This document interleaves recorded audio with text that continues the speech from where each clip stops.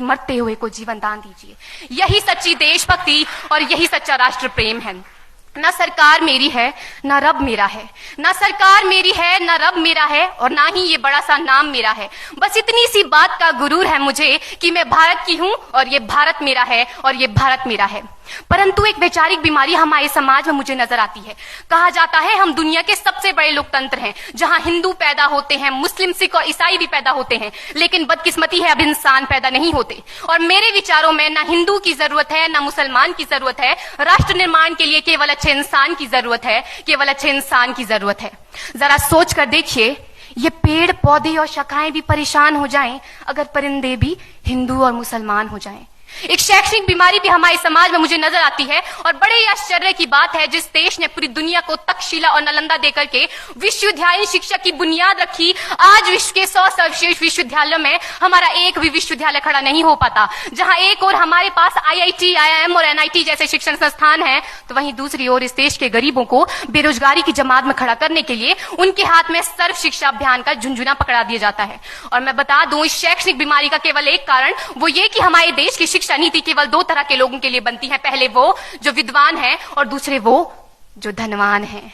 इसी तरह की कई गजब की बीमारियां हैं, और इन बीमारियों की जो जड़ है ना, वो हमारा अंधविश्वास। और मेरे विचारों में जब तक इस देश का युवा अपनी सफलता के लिए मंदिरों में जा जाकर नारियल फोड़ फोड़ कर भगवान को रिश्वत लगाता रहेगा, हमारे समाज का शिक्षित वर्ग ही बिल्ली के रास्ता काटने पर खड़े हो जाना, अपने धर्म अपनी जाति को ऊंचा मानकर दूसरों के धर्म की अवहेलना करता रहेगा, तब तक ना तो इस देश से अंधविश्वास खत्म होगा और ना ही हमारा राष्ट्र निर्माण संभव होगा।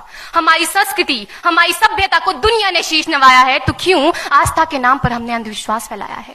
मेरे विचारों में हमारा राष्ट्र निर्माण तब संभव होगा जब इस देश में महिलाओं की पूजा नहीं, उनकी इज्जत की जाएगी। राष्ट्र निर्माण तब संभव होगा जब हम जातिगत आरक्षण नहीं बल्कि सामाजिक सशक्तिकरण पर बात करेंगे।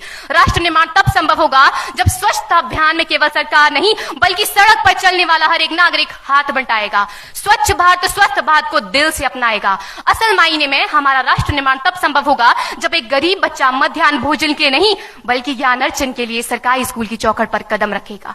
और हमारा राष्ट्र निर्माण तब तक संभव नहीं होगा जब तक एक नागरिक नैतिक रूप से सटीन, चारित्रिक रूप से भ्रष्ट, मानसिक रूप से दिवालिया, धार्मिक रूप से अंधा, राजनीतिक रूप से गंदा, स्वैच्छिक मान मूल्यों के आंकड़ों में जिन्न शिन्न पैपंदमयी अखंड भारत को खंड खंड करता रहेगा, तब तक हमारा राष्ट्र निर्माण संभव नहीं होगा।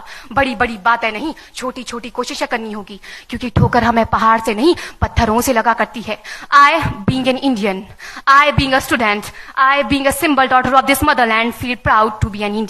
और मैं सैल्यूट करना चाहूंगी सरहद पर दिन रात हमारी रक्षा के लिए खड़े हर उस जवान को, इस देश की पुलिस, प्रशासन और किसान को, और इस देश के हर उस व्यक्ति को जो अपना काम पूरी ईमानदारी, पूरी मेहनत और पूरी लगन से करते हैं, जिनके बिना राष्ट्र निर्माण की कल्पना करना भी असंभव सा लगता है। और आज इस मंच पर पूरी जिम्मेदारी के साथ मैं भारत की बेटी ये कहती हूं कि हमारा राष्ट्र निर्माण तब संभव होगा जब हम सभी, मैं, आप, हम सब मिलकर प्रयास करेंगे, क्योंकि हमारे देश की जिम्मेदारी नहीं है हमें आगे ले जाने की, हमारी जिम्मेदारी है अपने देश को आगे ले जाने की, अपने राष्ट्र को आगे ले जाने की, अपने वतन को आगे ले जाने की। तो अंत में मैं बस यही कहना चाहूंगी, मेरा हिंदुस्तान महान था, महान है, महान रहेगा।